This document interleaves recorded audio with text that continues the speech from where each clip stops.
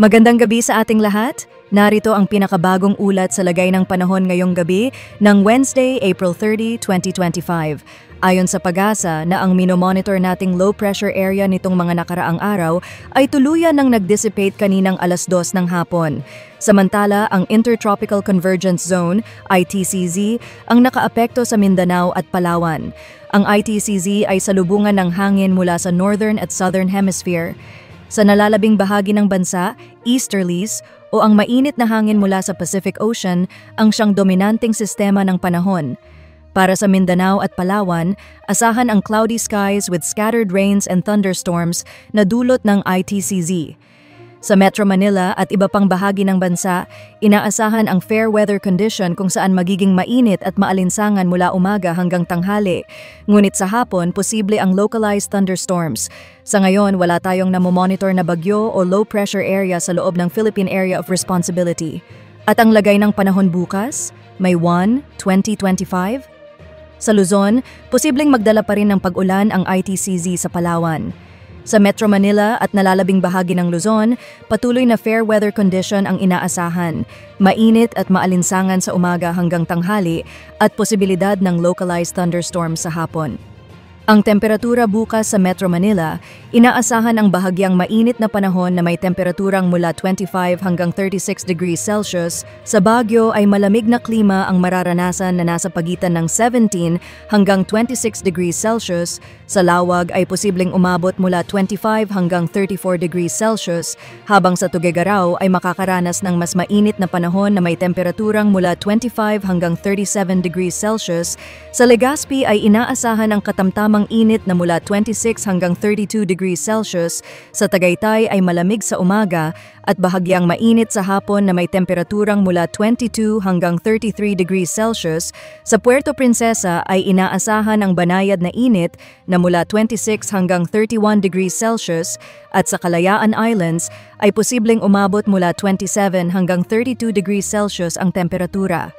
Sa Visayas at Mindanao, magpapatuloy ang epekto ng ITCZ sa Mindanao na magdudulot ng pag-ulan at thunderstorms. Sa Visayas, fair weather condition pa rin pero may posibilidad ng localized thunderstorms lalo na tuwing hapon at gabi.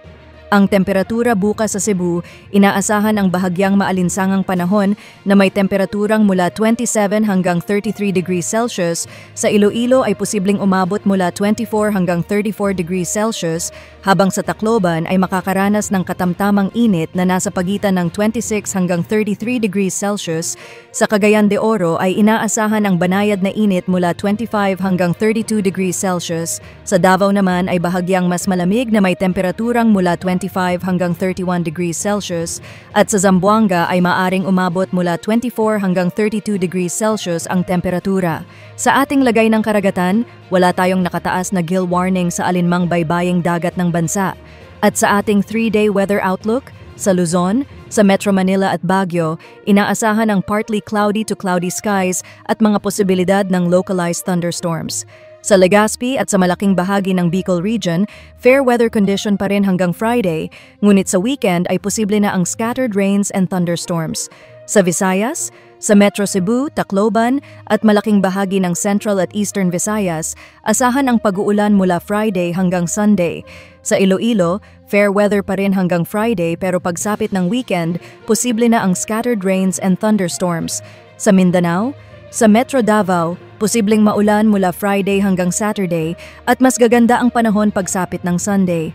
Sa Cagayan de Oro, maulan pa rin mula Friday hanggang Sunday.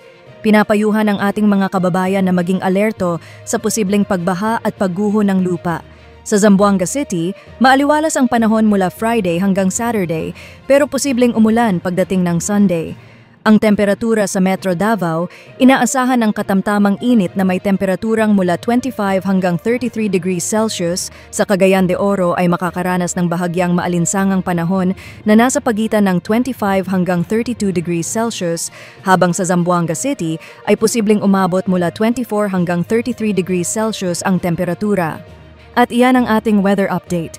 Para sa karagdagang update sa lagay ng panahon, huwag kalimutang i-like ang video na ito, mag-share sa inyong mga kaibigan, mag-subscribe sa aming channel, at pindutin ang notification bell para lagi kang updated sa ulat panahon. Hanggang sa susunod nating update, mag-ingat at maging handa sa anumang lagay ng panahon.